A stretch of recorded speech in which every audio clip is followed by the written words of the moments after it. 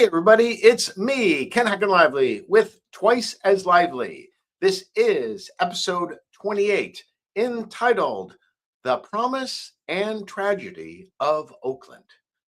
But before we begin, let's do our simultaneous sip in honor of our dear fallen leader, Scott Adams.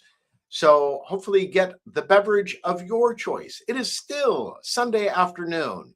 So I guess technically it's not alcoholism if you're having a Sunday afternoon drink, because you could have had a mimosa with your Sunday brunch. So hopefully you have your favorite beverage, even if it might be alcoholic, and you are getting ready to enjoy that simultaneity, which is the hallmark of the simultaneous sip. As always, I am drinking Pete's Coffee because even though they are not a sponsor, I still will tell you that they are the best coffee you could possibly buy. All right, with that caffeine rush coursing through my bloodstream right now, I am ready to talk about a very important moment in my life. December 27th, 1992, at 7:12 p.m., my life changed. That's because I was sitting at Barney's Gourmet Hamburgers on Piedmont Avenue in Oakland, California, when in walked the woman who would become my lovely wife. I was there with a friend. It was a mutual friend between of my wife and I, and we were going to see the movie A Few Good Men with Tom Cruise and Jack Nicholson. And when my lovely wife walked through that door, it was as if I was struck by a thunderbolt.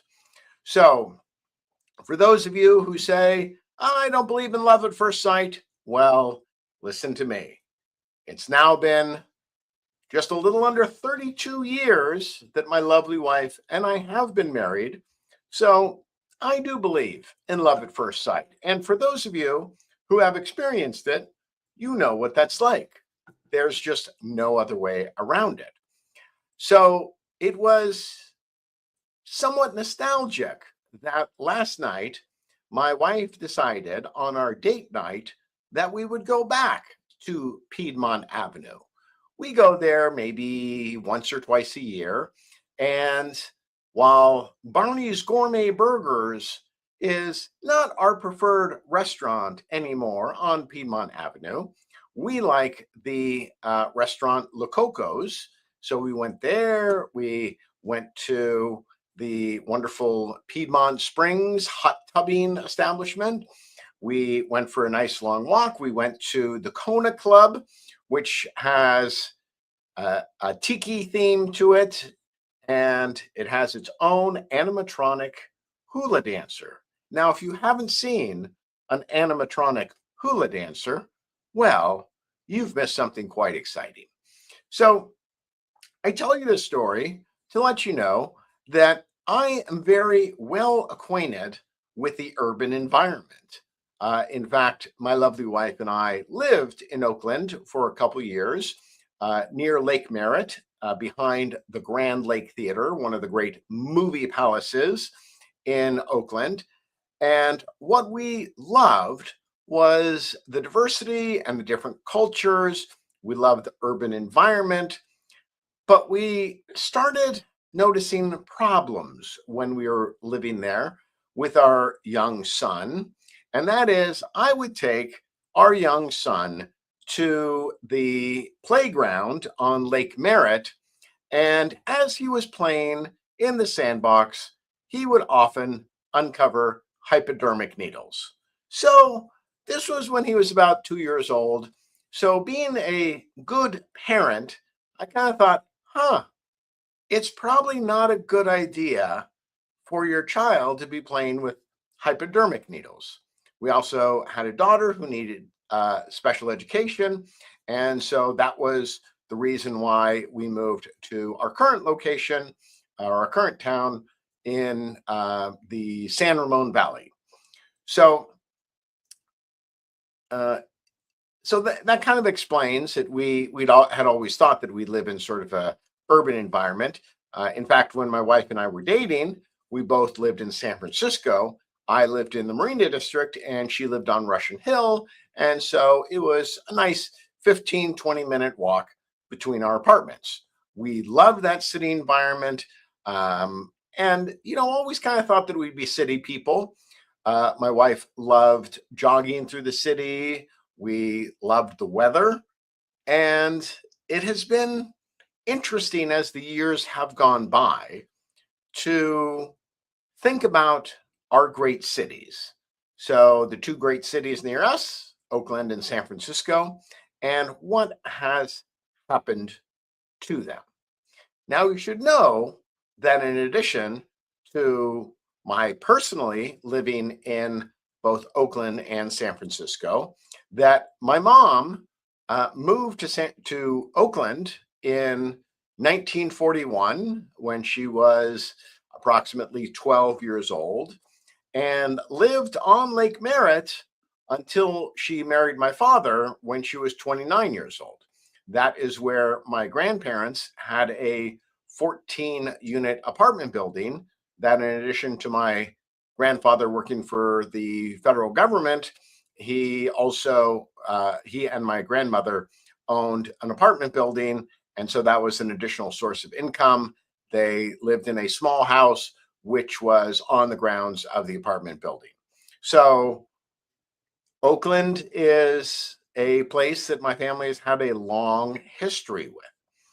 And as I've listened to uh, news coverage, usually in the conservative news about the big cities, the picture they paint of the cities is pretty negative. And so I was really curious as we were going to spend a night there to see if those beliefs were credible, whether I felt safe in this area of Oakland, knowing that I had lived in Oakland for several years.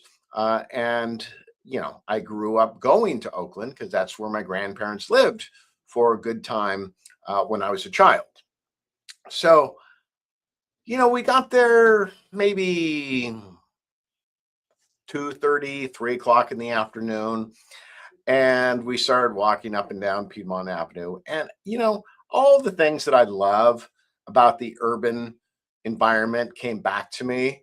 Um, this may not be politically correct to say, but I have lived uh, in the suburbs. You live in a primarily white area, and when there are black people around, you kind of sense from them that sometimes they feel a little bit uncomfortable when there are so many white people around. And to walk up and down Piedmont Avenue and for me to be the minority and blacks to be the majority, it just seemed very comfortable. People seemed happy. And so I was thinking, like, I get it.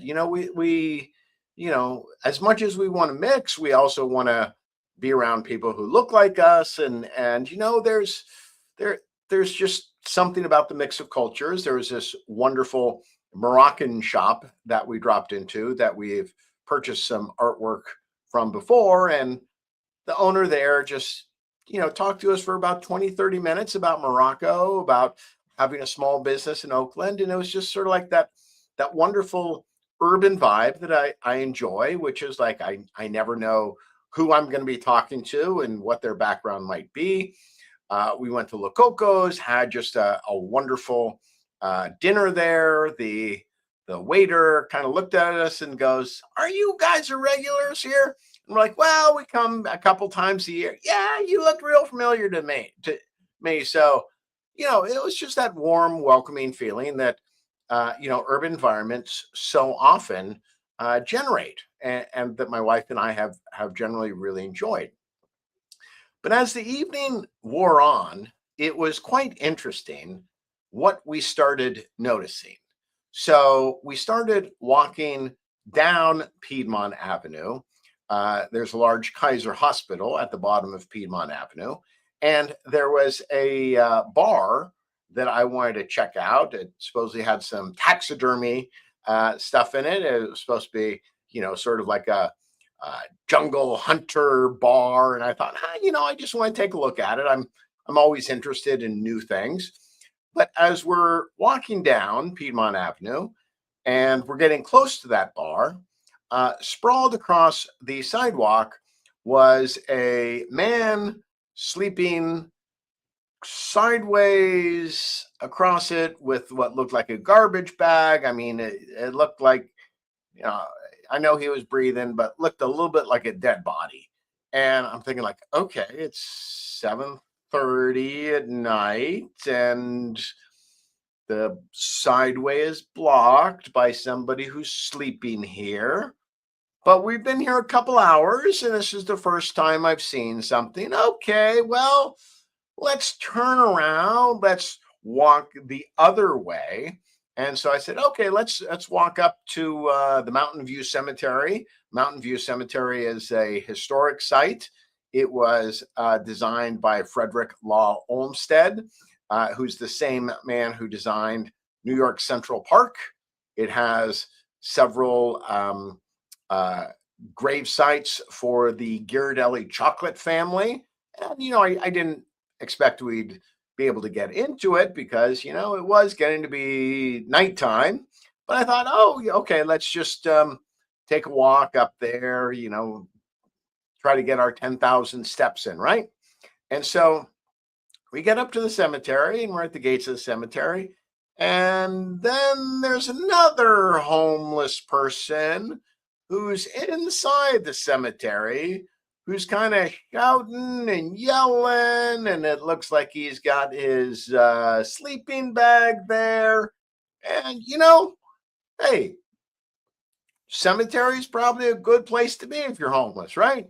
So one end of Piedmont Avenue has a homeless person across the sidewalk. The other side of Piedmont Avenue has a homeless person in the cemetery. And we walk down to about the middle of Piedmont Avenue.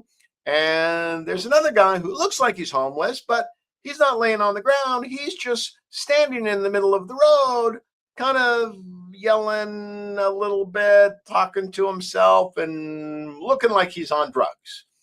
So I'm thinking to myself, all right, you love the urban environment, Kent. You go to the best area of Oakland and you encounter 3 homeless people in a street which is maybe 8 or 9 blocks.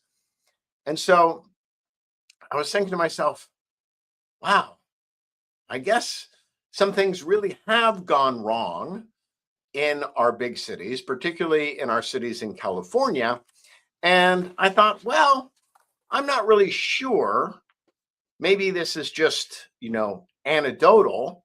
So what do the numbers tell me about Oakland, the city that my family has an 85-year history in?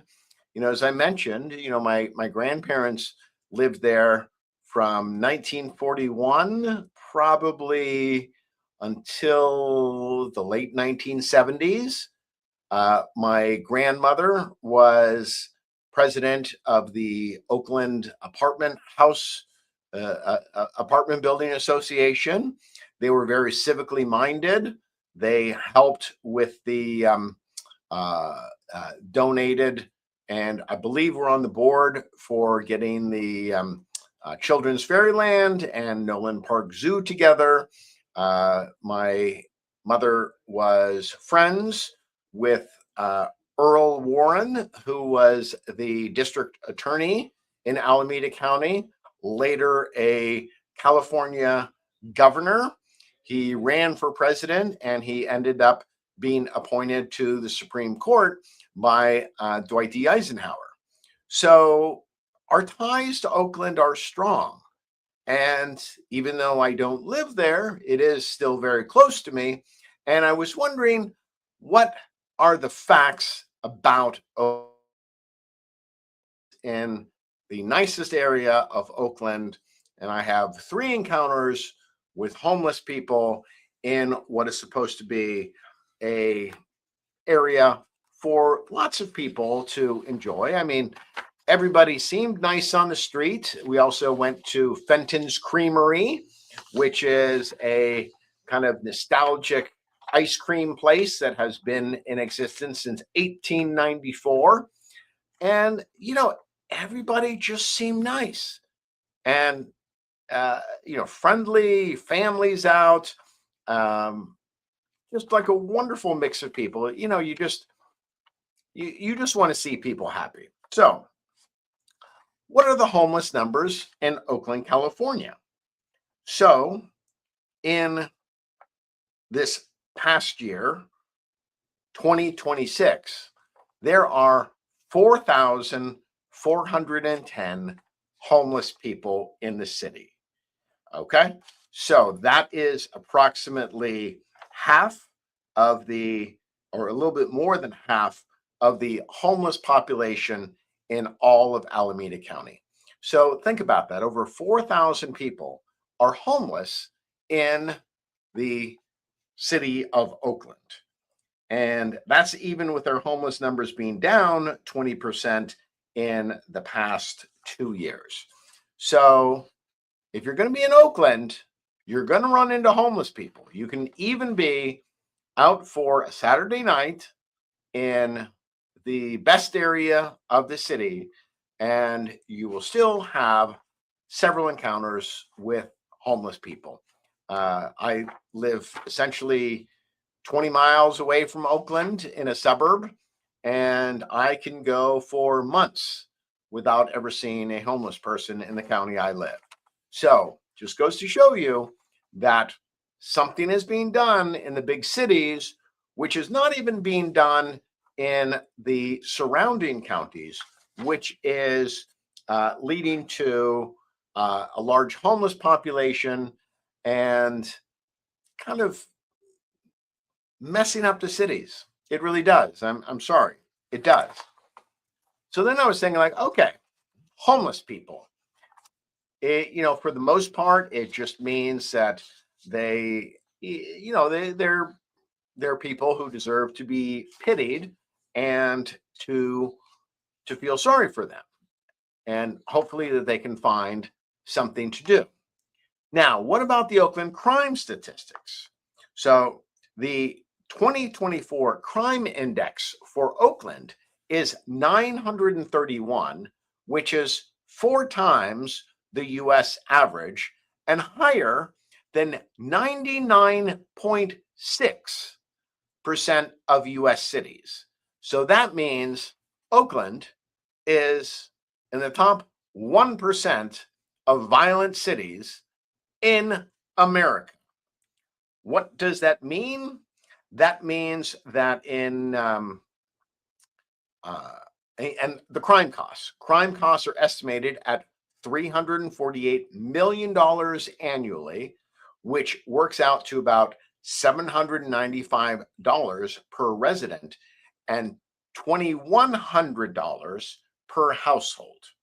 What does that mean? Murders, 81, rapes, 296, robberies, 2,960, assaults, 5,039. Geographic patterns, where are the highest incidents? Northwest Oakland, greater than 4,686 per year. Lowest incidents, Southwest Oakland, and Northeast Oakland is generally considered the safest neighborhood. So I was in Northeast Oakland. So I thought to myself, well, let me look at the data for Northeast Oakland. And what I did was they've got an Oakland Crime Watch. So Oakland Crime Watch.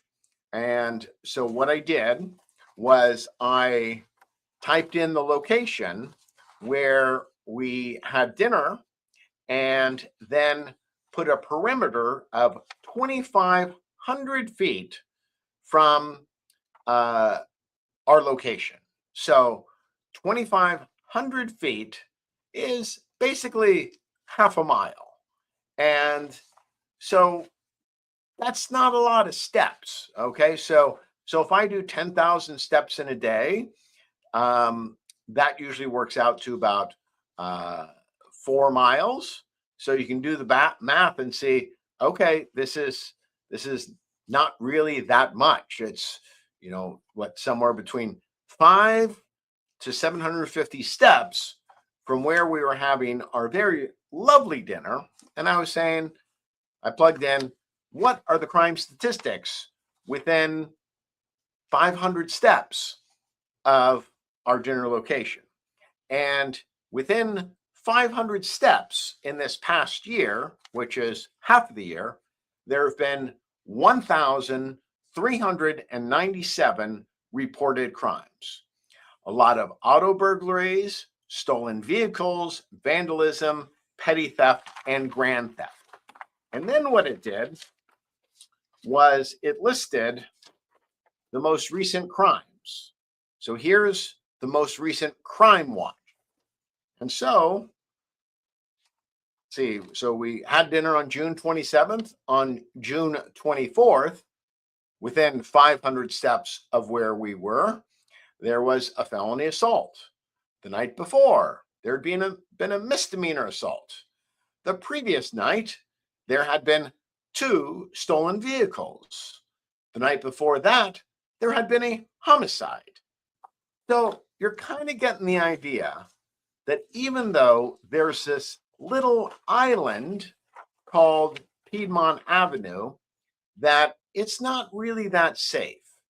And it just leads to the bigger question of what is going wrong in California cities, particularly.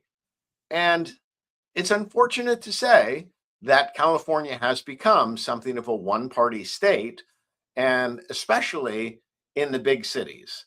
Republicans are not becoming mayors of these large cities. There are very few or no Republicans on city council. And it just seems that there are very few people who are working in city government who are actually enacting policies which help the citizens. I would very much like to live in a large city. I love the diversity of the cities. As you can see, I'm kind of a coffee culture sort of guy. I like to sit around, talk about movies, and talk about books, but that's not going on in the big cities. What do I see in place of actual discussion? And did I see last night on the streets of Piedmont Avenue? Well, there are a number of signs up saying, "Stop ICE." And in fact, I actually saw some young girls getting their pictures taken in front of the "Stop ICE" sign.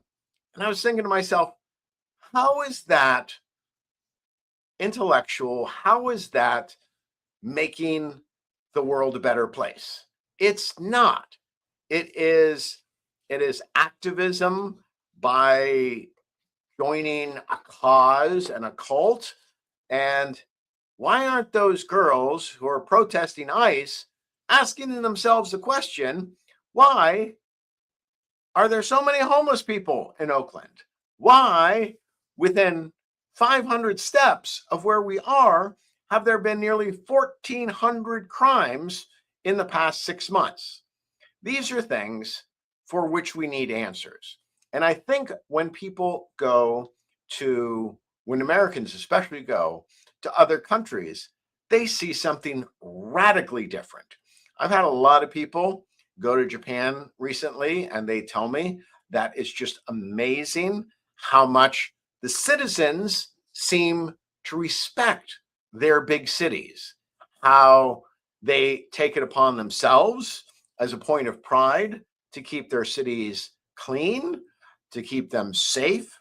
A couple years ago, Japan had a problem with a cult which was dropping bombs into their garbage cans from the cities, and everybody takes care of their own trash. So imagine that. You go to a city and people are so concerned about the appearance of the city that they take care of their own trash without having public trash receptacles.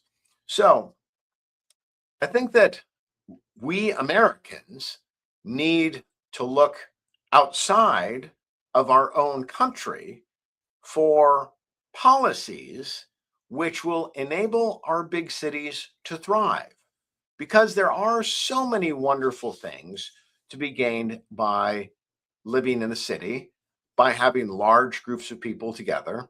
I remember when I was young, my father would also often comment about how Oakland was actually a much better location for a city than San Francisco because the weather was better and there was more available land. But although you can go to the supposedly safe areas of Oakland and have a relatively good time, there are also large areas of Oakland, kind of near their rail yards, where there are amazingly large homeless encampments. Now, it doesn't have to be this way, but we in California need to do better. I'm not sure exactly what the answer is, but it doesn't really seem that our public officials are doing the job, asking the questions, and genuinely helping the citizens. I really don't care if somebody has an R or a D after their name. I'm looking for results. And I have to say that it doesn't seem that our California politicians are doing the job. And as a native Californian, I really want them to do this job because I love this state. I love this area. And we need to make California golden once again. So there you go. Those are my thoughts on a Sunday. Hope you're having a great day wherever you are, enjoying your family, enjoying your friends, and hopefully you're having real conversations with people and not just listening to guys like me on the radio, on the internet. All right. Have a great day.